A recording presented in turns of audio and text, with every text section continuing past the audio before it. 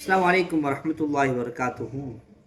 இன்னைக்கு ரசூலுல்லாஹ் ஒரு ஹதீஸில் ஹராமான உணவு ஒருத்தன் சாப்பிட்டானா அவனுக்கான தண்டனையை பற்றி சொல்கிறாங்க. ரசூலுல்லாஹ் பாருங்கள், லஹ்மு பனதமின் சுஹத்தின் நாரி ஊலாபிஹி, ஹராமான செல்வத்தின் மூலம் உண்டு ஒரு ஹராமான செல்வத்தில் சாப்பாடு சாப்பிட்ட அந்த சாப்பாட்டின் மூலியமாக சிதைகள் அவன் உடம்பு போட்டுச்சுன்னா அவனுக்கு அந்த ஹராமான உணவு அவனுக்கு சிதையாக மாறிச்சுன்னா அந்த சதை இருக்குல்ல, நரக நெருப்புக்கு மிகவும் தகுதியானது என்பதாக ரசூலுல்லாஹ் சொல்கிறாங்க. இப்போ பாருங்கள், ஒருத்தன் நல்ல சாப்பாடை சாப்பிட்டா அவனுக்கான தகுதி வேறு. இதே ஒருத்தன் ஹராமான சம்பாத்தியத்தில் வரக்கூடிய சாப்பாடை சாப்பிட்டானா எப்படி இருந்தாலும் சாப்பிட்டா அவனுடைய சிதைகள் பெருசாக செய்யும், அவன் உடம்பு பெருசாகும்.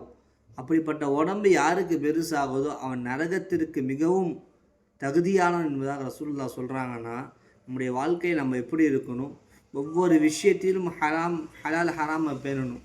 ஆக வரக்கூடிய காலத்தில் ஹலாலான உணவை ஹலாலான சம்பாத்தியம் மூலியமாக உண்ணக்கூடிய பாக்கியத்தை வல்லர் ரஹ்மான் தருவானாக. அஸ்ஸலாமு அலைக்கும் வரஹ்மத்துல்லாஹி வபரகாத்துஹு.